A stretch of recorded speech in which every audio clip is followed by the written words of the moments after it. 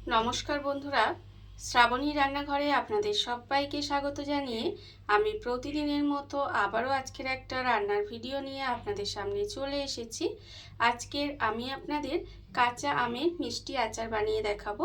আশা করি আপনাদের ভালো লাগবে। তার জন্য কিন্তু আমার পুরো ভিডিওটা আপনাদের দেখতে হবে। আর দেখা শুরু করার আগে একটা লাইক দেবেন, ভিডিওটা সম্পূর্ণ দেখে সুন্দর একটা কমেন্ট করবেন আর শেয়ার করতে ভুলবেন না। তাহলে চলুন আজকের আমি এই আচারটা কিভাবে বানাচ্ছি সেটা আপনারা একবার দেখে নিন। আচারটা বানানোর জন্য প্রথমে আমি এখানে দেখুন কাঁচা আম নিয়ে নিয়েছি। আর এখানে আমার ছোট বড় মিশিয়ে কাঁচা আমগুলো আছে। আমগুলো কিন্তু আমি প্রথমে আগে খুব ভালোভাবে ধুয়ে নিয়েছি। ধুয়ে আমি কিন্তু শুকনো করে নিয়েছি, মানে এটার গায়ে যেন জল না থাকে সেটা কিন্তু লক্ষ্য রাখতে হবে। আচার যদি এইভাবে আমি যেভাবে দেখাচ্ছি আপনারা সেইভাবে যদি আচারটা তৈরি করেন তাহলে আপনারা কিন্তু এই আচারটাকে 1 বছর পর্যন্ত নর্মাল টেম্পারেচারে রেখে আপনারা কিন্তু খেতে পারবেন। তাহলে চলুন আমি যেগুলো দেখাচ্ছি প্রত্যেকটা স্টেপ বাই স্টেপ ফলো করুন। প্রথম কি করেছি আমি, প্রথমে কিন্তু আমটাকে কাঁচা আম নিতে হবে। আর এই কাঁচা আমটাকে ভালোভাবে ধুয়ে তারপরে কিন্তু আমি এটাকে আপনারা চাইলে সুতির কাপড় দিয়ে মুছেও নিতে পারেন যাতে আমের গায়ে জল না থাকে। আমি এখানে একটু রোদে দিয়েছিলাম, তাতে আমটা শুকনো, মানে জলটা শুকনো হয়ে গেছে। দেখুন এবার এই আমটা নিয়ে নিয়েছি। এবার এই আমগুলো কি করতে হবে, আমগুলোর খোসাটা আমি ছাড়িয়ে নেব। আমের খোসাটা প্রথমে ছাড়িয়ে নিতে হবে। আমগুলোর এখানে আমি খোসা ছাড়িয়ে নিয়েছি। দেখুন এখানটা কিন্তু খোসাটা ভালো করে ছাড়িয়ে নিতে হবে। এইবারে আমি আমগুলোকে এরকম একটা বড় গ্রেটার নিয়ে নিয়েছি। সেই বড় গ্রেটারের সাহায্যে কিন্তু আমগুলো একটু গ্রেট করে নেব। এখানে কিন্তু বড় গ্রেটারের সাহায্যেই আমগুলো একটু গ্রেট করে নেবেন। আমটা আমি এখানে গ্রেট করে নিয়েছি। আর এটাকে কিন্তু এইভাবেই একটু গ্রেট করে নিতে হবে বড় গ্রেটার দিয়ে। এটা গ্রেট করা হয়ে গেছে। আর অন্যদিকে দেখুন আমি গ্যাসটা অন করে একটা কড়া বসিয়ে দিয়েছি। এইবারে গ্রেট করা আমটা কিন্তু এর মধ্যে দিয়ে দেব। গ্রেট করা আমটা আমি এর মধ্যে দিয়ে দিলাম। এইবারে আমি এর মধ্যে দিয়ে দেব দেখুন চিনি। এখানে কিন্তু এই যে এরকম বাটি, আমি এখানে 2 বাটি চিনি দিয়েছি। আমি আমার আমের পরিমাণ অনুযায়ী এখানে আমার মনে হয়েছে 2 বাটি চিনিতে হয়ে যাবে, সেই জন্য আমি এখানে 2 বাটি চিনি দিয়েছি। আর চিনির পরিমাণটা আমি বললাম না, আপনারা কতটা আচারটা মিষ্টি খাবেন সেটা বুঝে কিন্তু চিনিটা ব্যবহার করবেন। আর এটা আমি একটু টক ঝাল মিষ্টি আচারই বানাবো, সেই জন্য দেখুন এবার চিনিটা দিয়ে এইভাবে কিন্তু এটাকে একটু মিশিয়ে নেব। মানে এটাকে কিছুক্ষণ এইভাবে একটু রান্না করে নেব। এর ফলে কিন্তু চিনিটা গলে যাবে। আর চিনিটা গলে যাওয়া পর্যন্ত কিন্তু এইভাবে একটু সময় এটাকে রান্না করে নিতে হবে। গ্যাসটাকে কিন্তু একেবারে লোতে দিয়ে রাখবেন, দিয়ে আস্তে আস্তে রান্নাটা করবেন। দেখবেন আস্তে আস্তে কিন্তু চিনিটা এইভাবে গলে যাবে। দেখুন এইভাবে একটু মিশিয়ে দিচ্ছি। চিনিটা গলে যাওয়া পর্যন্ত কিন্তু এইভাবে একটু রান্না করে নিতে হবে। গ্যাসটাকে লোতে দিয়ে আমি কিছুক্ষণ এইভাবে একটু সময় রান্নাটা করে নিয়েছিলাম। এর ফলে দেখুন চিনিটা কিন্তু একেবারে গলে গেছে। এইভাবে চিনিটা যতক্ষণ না গলে যাবে ততক্ষণ পর্যন্ত কিন্তু এইভাবে একটু রান্না করে নিতে হবে। আর এখানে দেখুন চিনিটা আমার গলে গেছে। এবারে এটাকে আমি ঢাকা দিয়ে একটু আলাদা করে নামিয়ে রেখে দেব। আমি যেভাবে প্রত্যেকটা স্টেপ আপনাদের দেখাচ্ছি সেইভাবে আপনারা যদি করেন তাহলে আচারটা একেবারে পারফেক্ট হবে এবং আচারটা আপনারা দীর্ঘদিন সময় রেখে খেতে পারবেন। দেখুন এবারে কিন্তু আমি এটাকে আলাদা করে সরিয়ে রেখে দেব।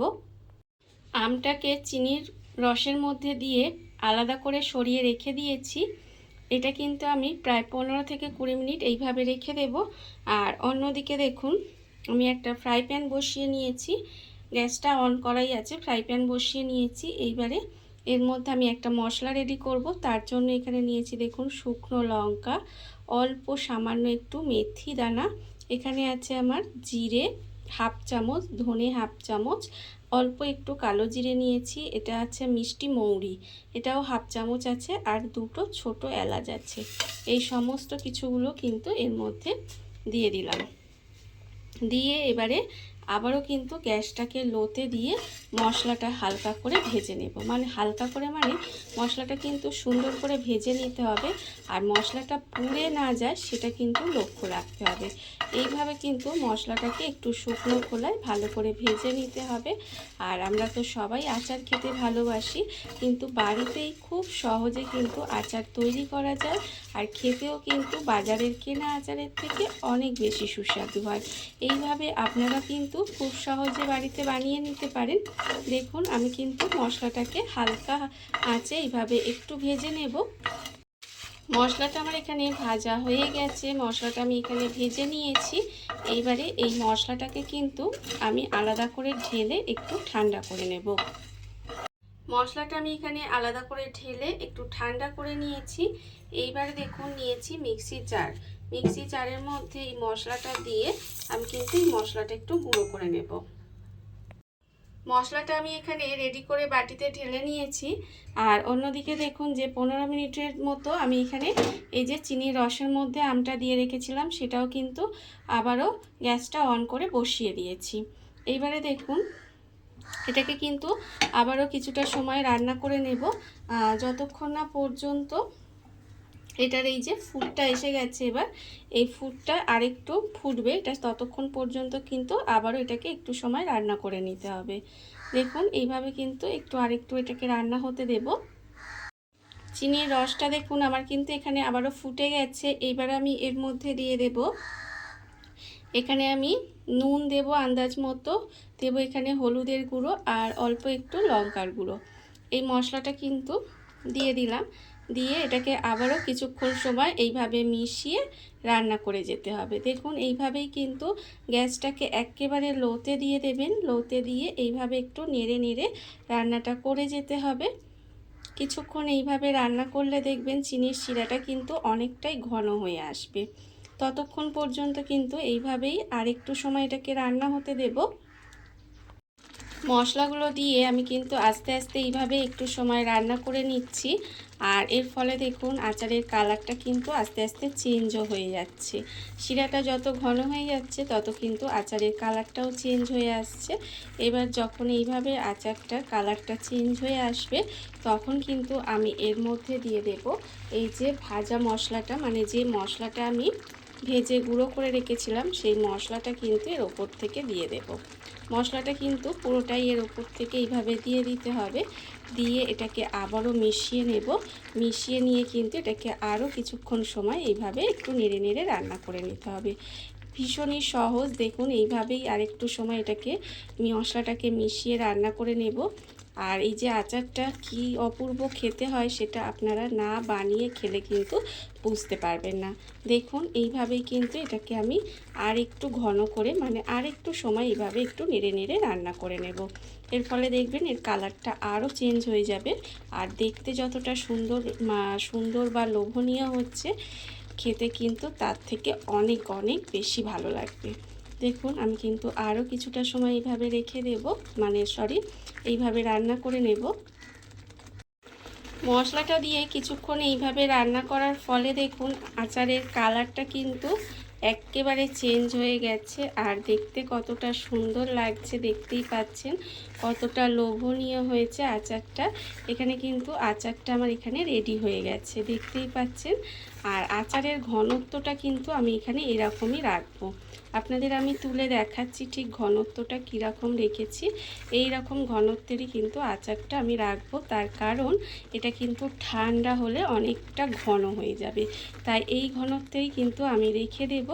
এইভাবে আমি গ্যাসটা অফ করে দেব। আচার আমার রেডি হয়ে গেছে, এবার আমি গ্যাসটা অফ করে দেব। তারপরে আচারটা ঠান্ডা করে আপনাদের সামনে পরিবেশন করে দেখাবো ঠিক কেমন হলো। দেখুন বন্ধুরা, বাড়িতে থাকা কত অল্প উপকরণে কত অল্প সময় কত সুন্দর একটা কাঁচা আমের মিষ্টি আচার তৈরি হয়ে গেছে, আপনারা দেখতেই পেলেন। আর এটা কিন্তু দেখতে যতটা লোভনীয় হয়েছে খেতে কিন্তু তার থেকেও অনেক বেশি সুন্দর হয়। আর আপনারা দেখতেই পাচ্ছেন এটা কিন্তু যতটা আমি রেখেছিলাম তার থেকে অনেকটা কিন্তু ঠান্ডা হওয়ার পর ঘন হয়ে গেছে, তাই একটু রাখবেন, তাতে ঠান্ডা হওয়ার পর দেখবেন এটা অনেকটাই ঘন হয়ে যাবে। আর এটা কিন্তু খেতে ভীষণ সুন্দর হয়। আর আরেকটা কথা আপনাদের বলে রাখি যে এটা কিন্তু কাচের জারে রেখে দেবেন। কাচের শিশির মধ্যে যদি আপনারা রেখে দেন তাহলে কিন্তু রোদে দেওয়ারও কোনো ঝামেলা থাকবে না। আর এটা কিন্তু আপনারা অনেক দিন পর্যন্ত নর্মাল টেম্পারেচারে রেখে সংরক্ষণ করে খেতে পারবেন। আর দেখুন কত সুন্দর হয়েছে আচারটা। আর এই ভিডিওটা যদি আপনাদের ভালো লেগে থাকে, আপনারা আমার চ্যানেলটা সাবস্ক্রাইব করে এইভাবে আমার পাশে থেকে যেতে পারেন। তাহলে চলুন আজকের ভিডিওটা এই পর্যন্তই। নমস্কার।